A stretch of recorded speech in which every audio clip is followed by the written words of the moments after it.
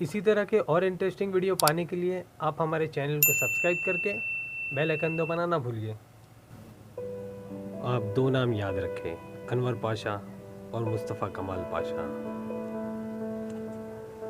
ये दोनों ने अपनी मिलिट्री की पढ़ाई वॉर एकेडमिक से करी थी, अलग अलग वक्तों पर।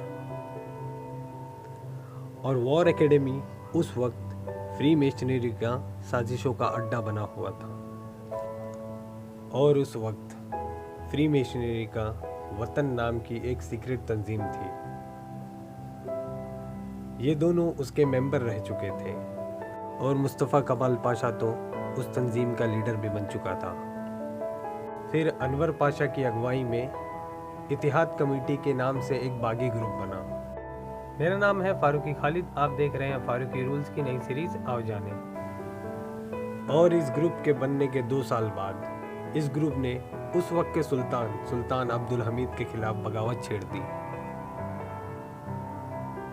पर बागी फौज तादाद में कम थे, पर फ्री मेशनरी की खुफिया एक्टिविटी की वजह से आवाम में भी बगावत के बीज बोए जा चुके थे और ज़मीन हमलावर थी।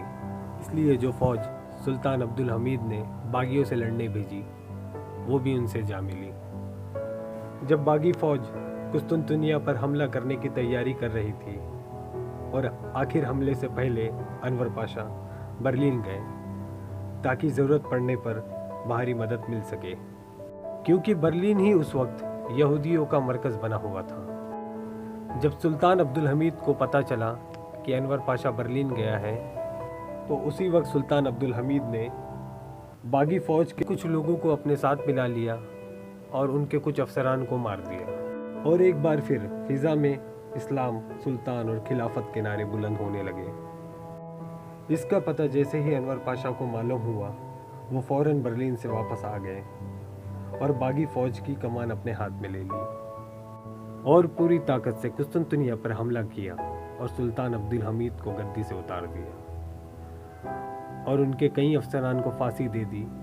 और लोगों की तसल्ली के लिए सुल्तान अब्दुल हमीद के भांजे अब्दुल मजीद को गद्दी पे बैठा दिया और अनवर पाशा खुद फौज का सरबरा बन गया और पूरी उस्मानिया सल्तनत की ताकत अपने हाथ में ले ली।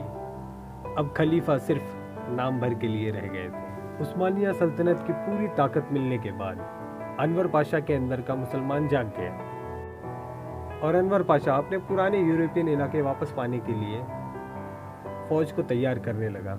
और दूसरी तरफ जर्मनी और ऑस्ट्रेलिया के सपोर्ट में पहली आलमी जंग में कूद गया।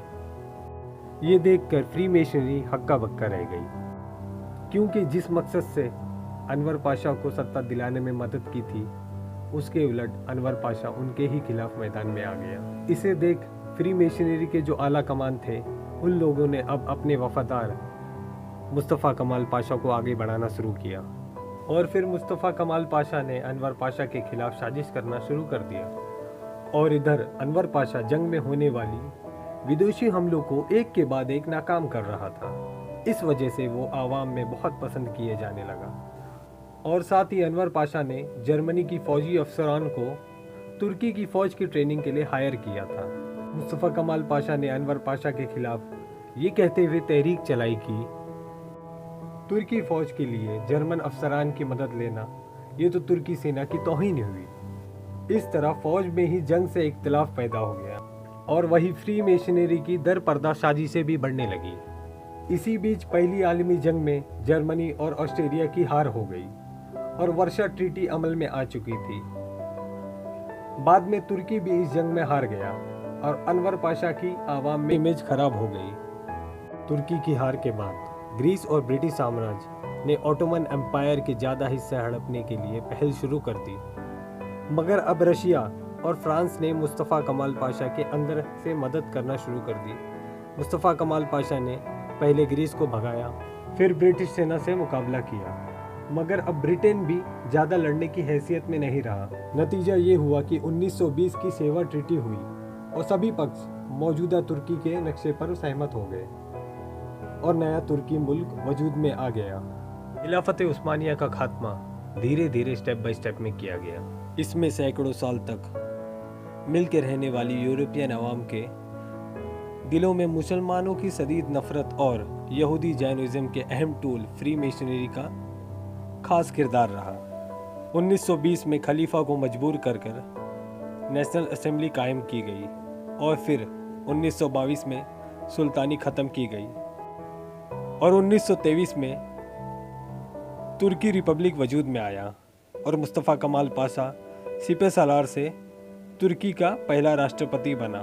फिर आखिर में 1924 में मुस्तफ़ा कमाल पाशा ने खिलाफत का खात्मा कर दिया। मुस्तफ़ा कमाल पाशा ने फ्री मेशनरी की निगरानी में तुर्की का संविधान बनाया, जिसकी पहली 4 मजबूत धाराएं ये हैं।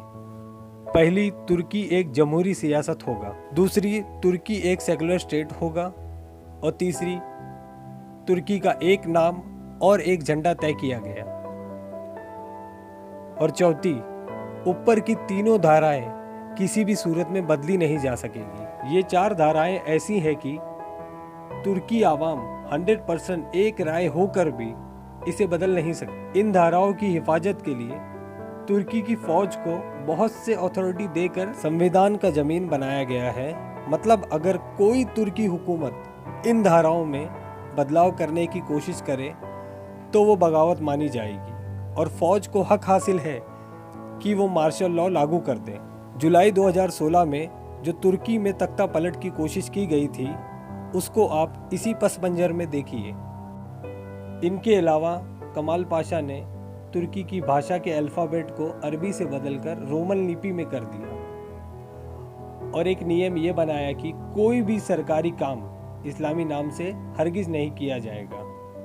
बेपर्दगी आम होगी, लोगों के पहनावे और रहन सहन भी बदल दिए गए। इस वीडियो में इतना ही। उम्मीद करता हूँ ये वीडियो आपको पसंद आया होगा। अगर ये वीडियो आपको पसंद आया होगा तो मेरे चैनल को सब्सक्राइब करके बेल आइकन दबाना ना भूलिए। मिलते हैं अगले वीडियो में। अल्लाह हाफिज़।